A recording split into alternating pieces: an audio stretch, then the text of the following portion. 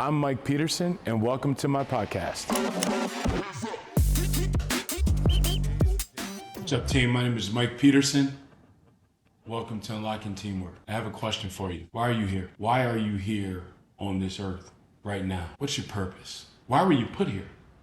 Why were you created? That's a question that we all should know. It's much like being on a team, a corporation, sports team, organization. Why am I here? What's my purpose? And if you answer that purpose, that question, you know what your purpose is, you're ahead of the game. The other part is don't let anyone deter you from your purpose. Don't let anyone stop you from living out the reason why you are here. Because if you do, there are two groups that suffer. You and the rest of the world. When I was a police officer, it was at a time much like now where people weren't fond of police. And believe me, I was called many of things. I was called the N-word.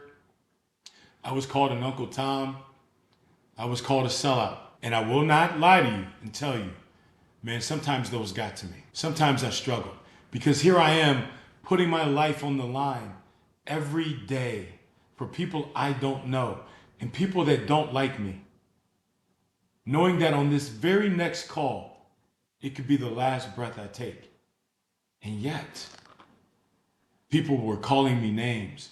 They were judging me solely because of my uniform or the color of my skin. And it did get hard sometimes. But let me tell you, two things changed the way I thought about being a police officer. The first one is I had a cousin who was shot and killed. One day he was confronting some dope dealer that was selling drugs in front of his grandmother's house, and the drug dealer shot him. And so fast forward, I'm at the funeral. And I'm standing in line waiting to view his body and to say my goodbyes. And I start looking around and I'm watching these people as they are crying and hollering and just in pain and agony. And you would have thought some emotion would overtake me. Maybe I'd start crying or just start to feel really bad about this, the moment we're in. But that's not what happened. You see, I actually got angry. I got angry because, well, we know what's going on in these neighborhoods. And no one was doing anything about it. Let me back up.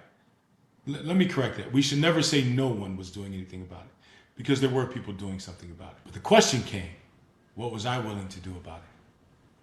And I decided at that moment that the streets that I was working on was at the time was the worst zone in the city, full of drugs, gangs, and violence. That I was going to take my purpose to the level that God called it to take it to. So literally, we went out and we addressed the community. Not just the crime, the community.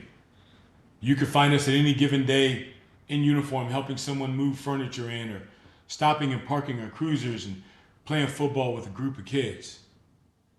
But you would also find us confronting the dope dealers that were in the park, or the gang members that were in the park flying their colors, and advising them that this park was for the children and not for them. And that if they were here anymore when we saw them, that they would have to deal with the consequences and the law, because it would be addressed. And there were times when I had threats on my life. And again, I had people call me all kinds of names, and some of them even looked like me. And so I had a choice. What do I do? And then I remembered a couple things. I remembered God created me for this purpose. I don't have a choice. And two, 95% of the people that I deal with in my community are good people. And that Mrs. Jones deserves to be able to sit on her porch in the evening and enjoy a sunset. And those kids should be able to go play basketball or hang out in the park without any threats of gunfire or violence. And so we changed our zone. I found a group of officers that were committed to honor, loving the community, and respect. And it came with a price. Again, those threats were real. And I remember a lieutenant of mine saying to me, Michael, if you leave that neighborhood alone, you wouldn't have that problem. And it shocked me and it bothered me.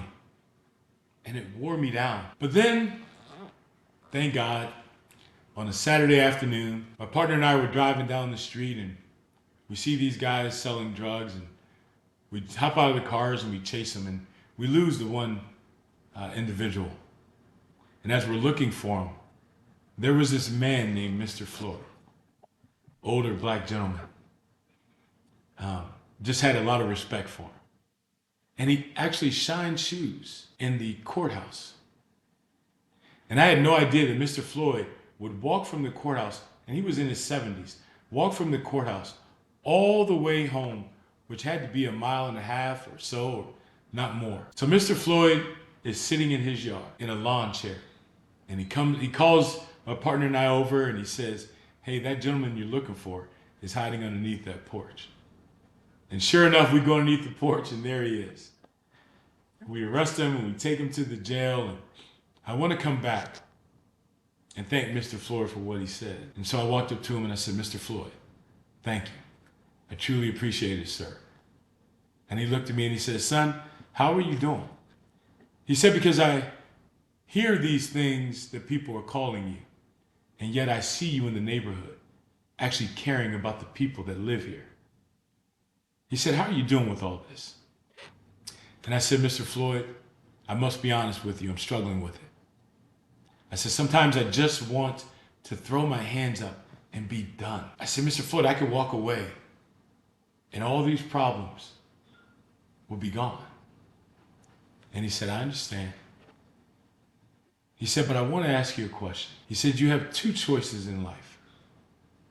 You do what's popular or you do what's right. Which one does God want us to do?" And then he said, "Which one would your father want you to do?" And it brought me to tears. Do what's popular or do what's right. You see, guys, we have a purpose in life, a good, honorable purpose. And at some point it involves other people, whether it's lifting them up, helping them out, giving them guidance, supporting them, just giving them a shoulder every now and then. Even in the purpose is even more sometimes than just, typing in number, manufacturing something, or sales. Sometimes it's just saying hello to someone with a smile. I say all this because it matters that you know your purpose and that you live it out the best you can. Because let me tell you, when you're living your purpose, you're not always happy, but you always have joy. You always feel good. Maybe not about the external circumstances or environment around you, but about who you are and what you're doing and the impact you have. And your hopes are always, man, I hope someone does that for my family member. I hope someone cares enough to live out their purpose. No matter the rain, the storm, the adversity, the valleys, the hills, the mountains, you are living it out. And yes, when you're at work, you're going to have those same adversities, those same challenges. But if you're living out your purpose, if you're saying, you know what, I know who I am, I know why I am, and I'm going to live out that purpose. Let me tell you, you will be your own force. You will make a difference. You will impact lives. That's why you got to keep swinging. And yeah, you got to keep knocking down those giants.